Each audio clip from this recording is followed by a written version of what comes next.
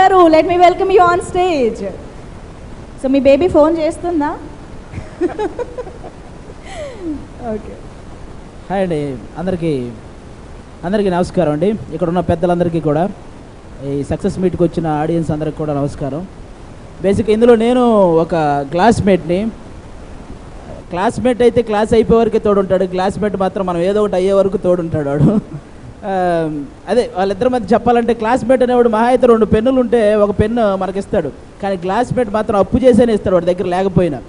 ఇంకా చెప్పాలంటే క్లాస్మేట్ ప్రతి విషయంలో మనకంటే ముందు పరిగెత్తాలని చూస్తాడు, కానీ క్లాస్మేట్లో మనకు ఆ ప్రాబ్లం ఉండదు, ఎందుకంటే ఇద్దరు తాగి పడుకోవడమే కదా, పరిగెత్తడాలు ఉండవు.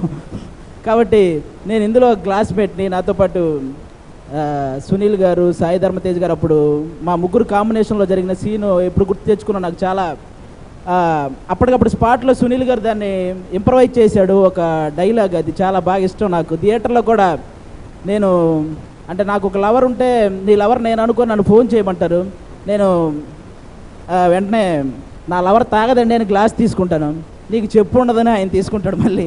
అది థియేటర్లో మంచి చాలా విజిల్స్ వచ్చిన డైలాగు, అది నాకు బాగా చాలా ఇష్టం. ఇంకా తేజ్ అన్నకి చాలా మంచి హిట్ ఈ చిత్రలహరి. మీ అందరికీ తెలుసు, ముగ్గురు మామయ్యల ముద్దుల మేనల్లుడు మన సాయి ధర్మతేజ్ గారు. ఎందుకన్నానంటే ఆ మాట, వాళ్ళ ముగ్గురులో ఉన్న లక్షణాలన్నీ తేజ్ గారికి ఉన్నాయి. అంటే చిరంజీవి గారి లాగా తోటి ఆర్టిస్ట్ నుంచి సెట్ బాయ్ వరకు అందరి కష్టాన్ని గుర్తించగలడు. అలాగే మన నాగబాబు గారి లాగా ఇగో కానీ, మెగా ఫ్యామిలీ అనే యాటిట్యూడ్ కానీ, అలాగే కల్మషం లేని ఒక మనసు ఉంటుంది మన తేజ్ అన్నకి. అలాగే ఇక పవన్ కళ్యాణ్ గారి లాగా ఆ సహాయం చేసే గుణం ఉంది. ఇంకా చెప్పాలంటే ఆయనలాగే గడ్డం కూడా ఉంది ఈ సినిమాలో.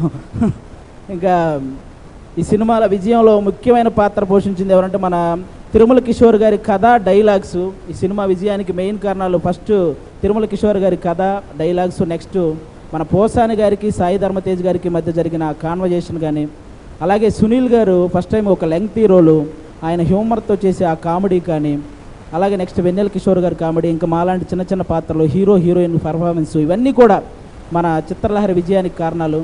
ఇంత పెద్ద హిట్ అయినందుకు, ఇంత పెద్ద హిట్ చేసినందుకు ఆడియన్స్ అందరికీ థ్యాంక్ యూ.